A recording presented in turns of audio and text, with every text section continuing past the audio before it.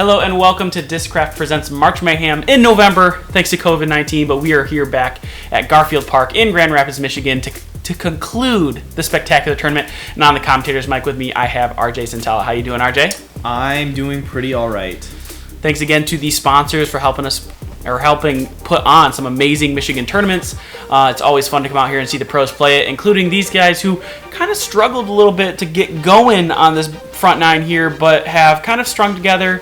Josh, Bart, and Andrew all able to at least get to 5 down in the front nine after some struggles. Noah a little bit behind that one as we head into hole 10, really looking to trying to convert on this back nine to get themselves into that championship win here.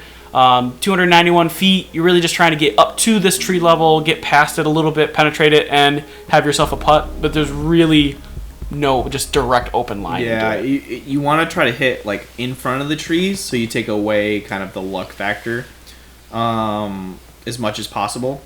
Or you can try to go extremely just get lucky and go left of it and almost ace it, like Andy just did. Whoops. Yep. Man, he has been so close today. But yeah, just go in the basket already. Jeez. He's just not good. It doesn't go in the basket. As we have Bart here throwing the backhand route. This is a common play here. This is the quintessential play here. And that is... Wow, that didn't get any action. Any hyzer at all. I mean, it's still in the circle, and you should make that. But you just... On a day with... There was a little bit of wind, probably up to 10... You want to be as close to the basket as possible. I mean, obviously you want to be close all the time, but yeah. That's pretty much the play that I'm trying to do is just that's perfect. Right in between those 3 little trees and let it skip up and have like a 15-foot putt. Josh, who is a super consistent player, doing exactly that, as Noah likes to play with a little more stable discs. Yeah, he's going to hit that first tree of those 3. I think that was a Firebird. I think he has like a yellow champion Firebird he throws a lot. There's a little bit of a tester here for Marwede. He needs to keep that birdie train going. The rest of the field have already caught up because the lead card, struggled a little bit, and especially those first 5 holes or so. Andy wants to birdie out right now and to really put his foot down and really put his foot on the gas. That's 5 in a row for him. Yeah, we saw Josh do that as well in the front nine. He had 5. He strung 5 birdies in a row together. God, the graphics on the bottom look really good. Thank you. You did a really good job on the graphics. Oh, that's a little bit of a misfire from Bart there. No, you're having to go to you just got to really commit to hitting the pole. I think that's the number one thing. If you struggle putting, you really try to reach your hand towards the pole. As Zach, the number 1 putter in Michigan, I heard you took down the state champion putting. Is that true? Is that a real thing that happened? Before I respond to this, I want to 100% say to Andrew Marwede before I answer this that this is unprompted and I did not ask RJ to ask this at all. But yes. At the state championships, we had a putting contest for all the pros there, and they let me compete in it, and I qualified for the finals. And then Marwede and I had a playoff. Stomped him at the end. I beat him by a point, but it is what it is. As we head into hole 11, we'll get past that for now. 229 foot. Again, I think your description of the play is really good here, where you want to actually use a little more ground action to get over to the basket rather than like put it in the air. Because if you try to put it in the air and you hit a tree early, that's where you get the kick left or right. Versus if it hits on the ground, it's usually just gonna stick where it hits. It's not gonna go too far anywhere. Marwede's still electing to go high here. Yeah, that was pretty good, I guess. Yeah. I think he hit that flag. Yeah, he went right through it. God, he just got so lucky hitting that flag. That was at least another 2 feet long. You needed another 4 feet higher so we could have aced it. But no, he wants to just tease me. I bet you were really expecting an ace on coverage with how short these holes were. Yeah, so Josh hitting an early tree there. He missed his line a little left. Yeah, going to be a big putt there. Or right, I mean. But yeah, this is one of the courses we did Old Farm earlier this year. That was another course where I thought for sure we'd probably see our first ace, but I haven't gotten one yet. Still have a chance. We still have some good back 9 holes to play. As Noah hits an early tree there, just kind of a misfire, threw it high. He's gonna have to try to scramble for his 3. Bart here. This is not a hole you want to scramble on because again, there's not really like a true line of the basket. I'd say. I mean, there is. You can kind of see it on this right side of the basket, This is approach angle. Like, what's your line? Yeah, this is, you really got to commit to one side or the other, and just a little. Yeah, that's exactly what happens when you hit high. Hit high. It kicks one way or the other, depending on the spin coming off the disc. I know. Andy described it to me one time really good with like controlling your spin. Yeah. Even if it does hit a tree, you can really kind of control which way it's coming off of it. Noah, with this tree actually passed him in his way, he's gonna have to putt around it. And yeah, good. I mean, that's a good line or a good run at it for how long that is. But that's gonna be another bogey, and that, I mean, I don't want to say it's over for Noah, but it's definitely put him in a huge hole. Yeah, it's 2 bogeys on this course is gonna be tough to come back from, and with how many birdies, because all 3 of these guys are expecting to birdie out essentially at this point. So outside of maybe 1 hole. Yeah, it may be the long hole, but yeah, it's tough to make a comeback on this. You really gotta put your foot down right at the beginning. Being outside, I would say more than 4 strokes than a person on this hole is really hard to come back on because of how many birdies there are. Because that person has to miss 4 holes, and you have to hit all of those holes and the holes they hit. So it's just a really big thing for him to climb to try to win this event. But he certainly is in still position where he could cash out if he plays well here. Hole 12, 261 feet, OB along that road on the right side the entire way. You must throw it over the line and get it inbounds because you're in an OB position here off the tee. So this is the common play. We see Marwede throwing his pig again. Interesting. I feel like this was much lower. How does he get the skip with a pig like that? That was pretty. That's right in that range. It definitely is Andy Marwede range for sure. He's one of the best putters in the world. Obviously not as good as a putter. Best. Yes, second best putter in Michigan. One of the best putters in the world. The backhand line on this one really is so sketchy to me. I mean, that's a good shot from Bart. It's just such a. I used to wrestle, so I always want to do stuff that is easier. I want to make it as easy as possible on me, right? Mm-hmm. So I just feel like, especially with disc golf, I don't like to force lines that aren't there. So for instance, that's really what you're trying to do with it, like Josh just did, is just do that little forehand, let it skip up to the basket, and again what Noah did here too. So I mean that's going to be right under not quite under the basket, but right on top of Josh's.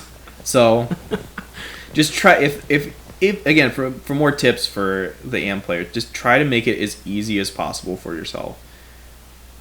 Oh, and just a touch too low. If those have a bead on it, that's why I didn't go in. Andy with the circle 1 putt. Yep, good spot. Yeah, he has got 7 in a row. Scorching birdies. hot after that real kind of slow start on that front 9. Slow would be a nice way to put it. Yeah. 1 down through 5 is something that a lot of people don't like to hear, even if you're an amateur, let alone if you're the best player in Michigan. But he's making up for it now at 7 in a row, and he's keeping himself. He kind of needs it. I mean, to really, because Josh is right on his heels. I know. I was playing with Ian second round. He is scorching right now. Yeah, and it did. When I was playing with him, it didn't even feel like he was playing that much better. It's just the disc golf is the ultimate game of inches. Head here into hole 13 now, 279 feet. You're trying to get it over those trees on the left side if you're trying to throw a forehand. Otherwise, you're trying to kind of poke and pray a low shot underneath those trees. Mm-hmm. But I think right now the play has to be the forehand, power it either in front of this bush that Marwede's trying to beat.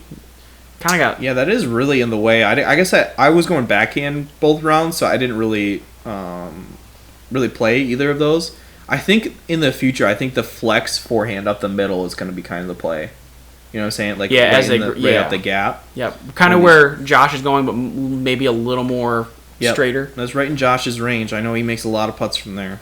I think this is probably a Firebird from Noah, I would imagine. Yeah, this is his. I know he's a lot of Innova and then a few Discraft kind of sprinkled in.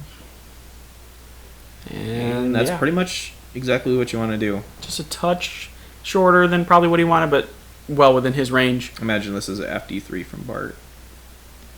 I mean, obviously he's sponsored by Discraft, as it says. Discmania, jeez. And that's perfect. That's exactly what you want. In the previous round, he had hit that bush that Andrew hit, and he was underneath it. So that's a good correction from him. Josh. Cash. Cash is it. Looks right at Noah.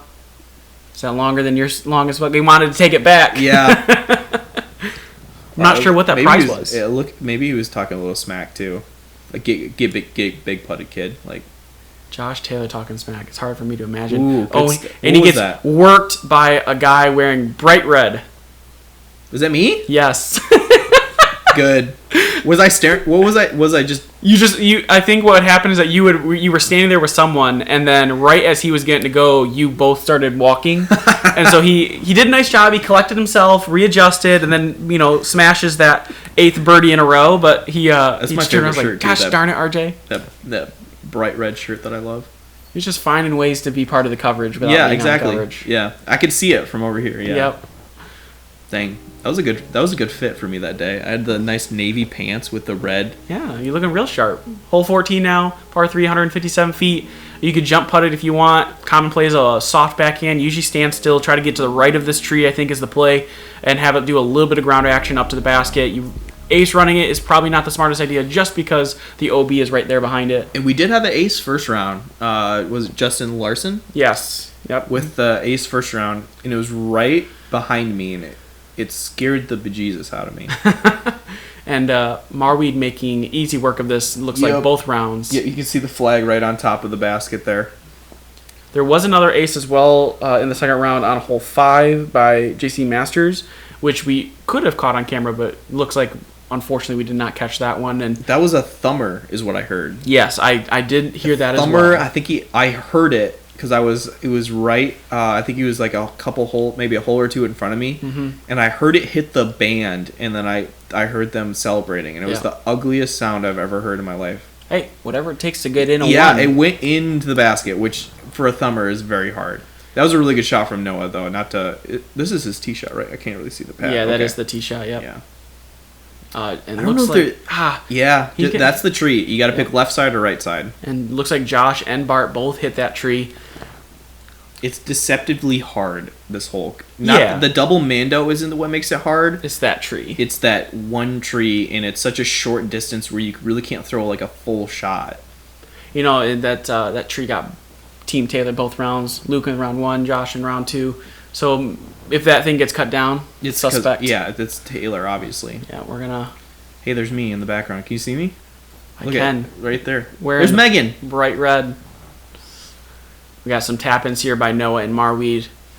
And Noah's doing a nice job here, converting his birdies on the hole. He had the one mistake, right? He's got a birdie out to really have a chance to get cash at this point. I mean, and that's how well everyone's doing today. Yeah, luckily for him and Bart both birdied hole 15 in round 1. So we got some power throwers here that might be able to push that birdie limit. And Josh is going to play like old man golf and just put it within, about 100 feet and get up and down for a par probably. Yeah, the thing with Josh is he's very intelligent about what his game is and is not, and he just plays it to exactly his strengths, which is why he's always competitive in every event he's at. He just is so good at playing his game, including, you said, hole 15 here, 494 feet. If you don't have the power to get there all the way there, you just need to get it as close as you can in your first throw. You could do anything, really. It doesn't put you in a bad spot really that badly. As long as your upshot is consistent, you can then tap in for your 3, which is really what these guys are looking to do. Yeah, I think this was kind of like a tail crosswind, so it really played well for getting distance, because anything that you would turn, it kind of amplified the turn. Yeah. Andy didn't get it quite turned over enough. I think he was that's that really stable Wraith that actually used to be my disc. Oh. I think that was that Wraith. Maybe it was that Pink Destroyer. I think it was this Pink Destroyer. Yeah, I think it was. He didn't get it quite turned over enough. So I think the play on this one is throw like something kind of flippy with a hyzer flip and let it ride the wind to the right. I think Noah put a little too nose up. Yep. And as soon as he released it, he knew it was too nose up. Yeah. That wind kind of just choked it up. Somebody's got to throw it hard. Maybe Josh is gonna throw one hard here. Man, I want to see Josh just to this. Yeah, it's a little low. Wind's gonna shove that right down. Yep, but for him, it's a safe shot. That got a lot of skip though. I mean, he's done that a couple times. He gets some good skips. Those low lines. Bart is probably trying to park it because I know he's got the power to get there. He's parked it round 1. He's got a lot of power. That's a little high, I think. A little not flipped over enough either. We kind of saw. I mean, that's still got a good distance. It's almost pin high, but little left. It's hard. It's kind of a weird win. He played that really short. And it scoots right up to the basket. Yeah, I guess so. When the skip shot's working, skip it. Yeah, I guess so. Yeah. Noah's probably trying to run it because he knows he's got to birdie all the holes. Oh, that's got to stop. Sit. It's got to stop. Just another unlucky break. That's a tough one because I know that's going to be a cross headwind coming back. Andy's probably trying to give it a nice little floaty run. That's one thing that Andy's really good at is when he's outside the circle or even outside circle 2, when he runs it, it doesn't go long if he misses. Right. Here, that's going to end his birdie run. Yeah. 9 in a row, and he's going to have to call it quits there. He's got a nice 2-stroke lead right now on Josh, and Josh is obviously Noah tickles that right side chain.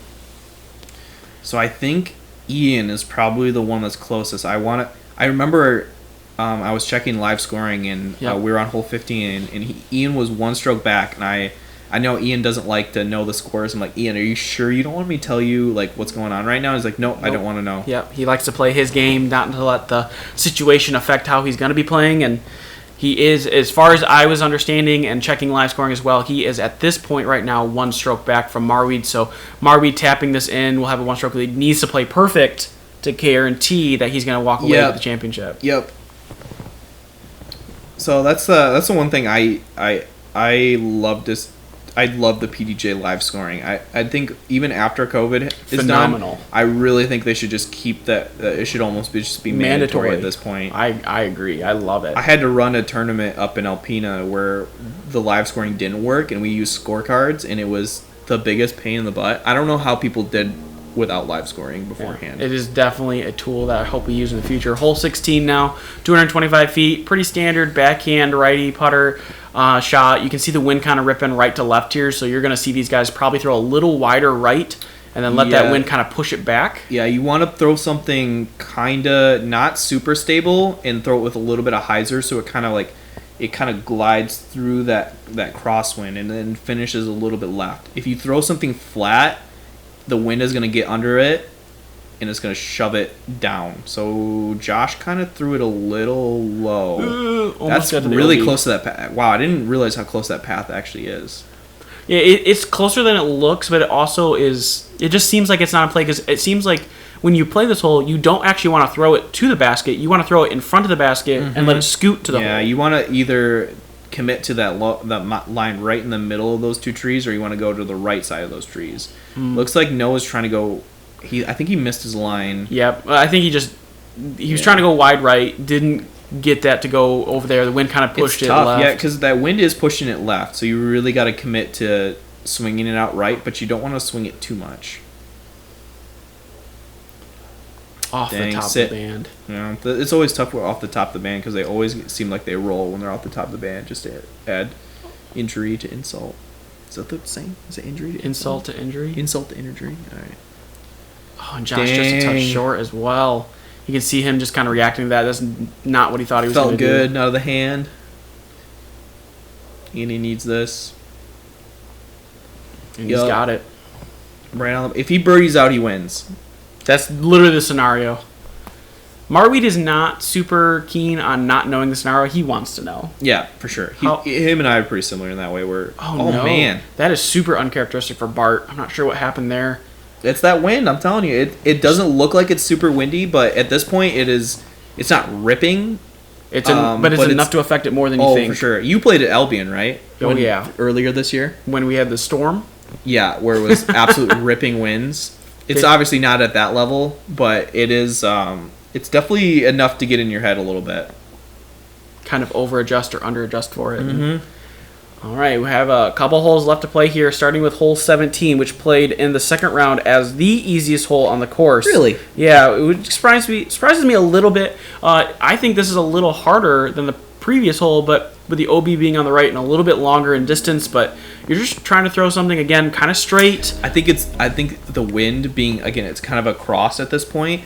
It's kind of, so if you place something on the right side of the basket, it really just holds it on right that there. Right side, yeah. It doesn't.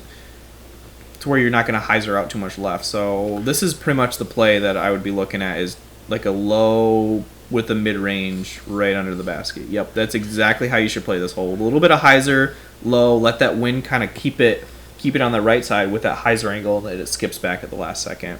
Yep, we got Josh with another shot. Josh is swinging. Yep. Again, that's exactly the play you should be. 2 for 2 bullseyes.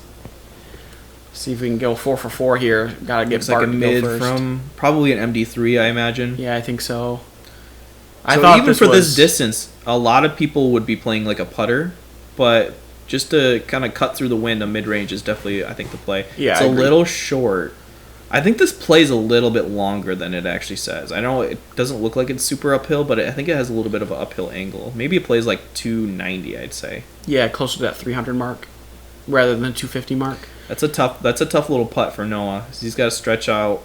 He's had to do this earlier on hole 10. Yep. Good thing he's flexible. He probably did his stretches before the round. It's 2 for 2 with that type up. Maybe you should go to that putting normally. Yeah. Yeah, just putt from a knee. You got some people who turbo. No, I'm just kidding. No, I love your putt. I love your routine. Yeah.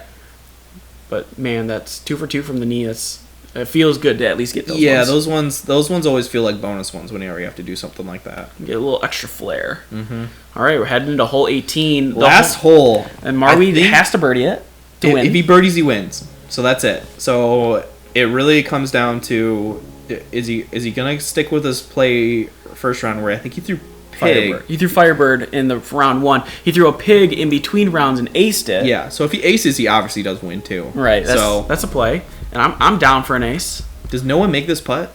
Did he make that putt when he was off the cart? So sick. We'll never know. I know, but I'm not going to tell you. I'll leave it in the comments later. Marwede going with that pig. He's going for the ace run that he had between rounds. Sit. Yeah. Yep. I mean, that's not a tap-in. That's like test. 18 to 20 feet. That's like, I mean, for Andy, it's probably not going to be a big deal, but that is not a tap-in. It definitely is a... That's the play I think I like, is the low skip. Yep. A little more pressure with the championship on the line. Yeah. You'd rather have a tap-in. Looks like probably an FD3, I imagine, from Bart. Oh, this got to miss. Got to miss that. Yep, that's it right there. That's the shot, though. I think that's the play. I think he missed a little left than what he wanted, but it turned out to be perfect. Yeah, I mean, if you miss it a little left, it's going to get a nice little skip back, though. I think I did this kind of similar to Noah's play. I threw a putter up the middle because I just wasn't feeling the forehand at this point. And I think I had pretty similar results to Noah here. Yeah, everyone well within, circle here, so we're going to have a...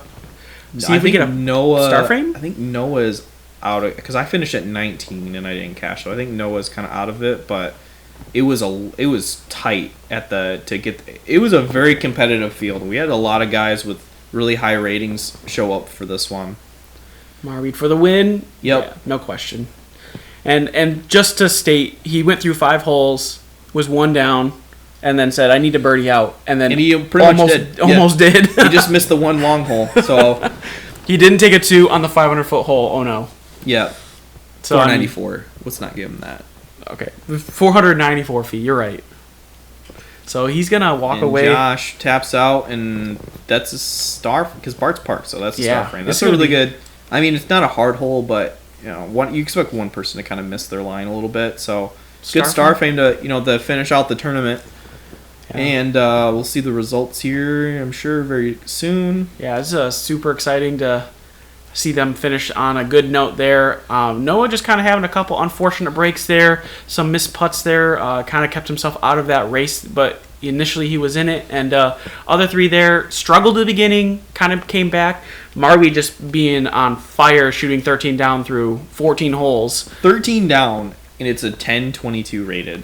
Pretty gross if you ask me, but what do I know? It's just part of that PDGA, it's never going to be perfect. Deuce or die holes tend to be a little more punishing for ratings. But thanks again to all our Patreon supporters for coming out and supporting us. Congratulations to Andy and Ian and Dan for their top finishes there in the event. I played with Dan and Ian, and they really had some good rounds. Yeah, Dan had a spectacular. He also, I think, shot 13 down. But thanks again for everyone, and we'll see you guys in the next event.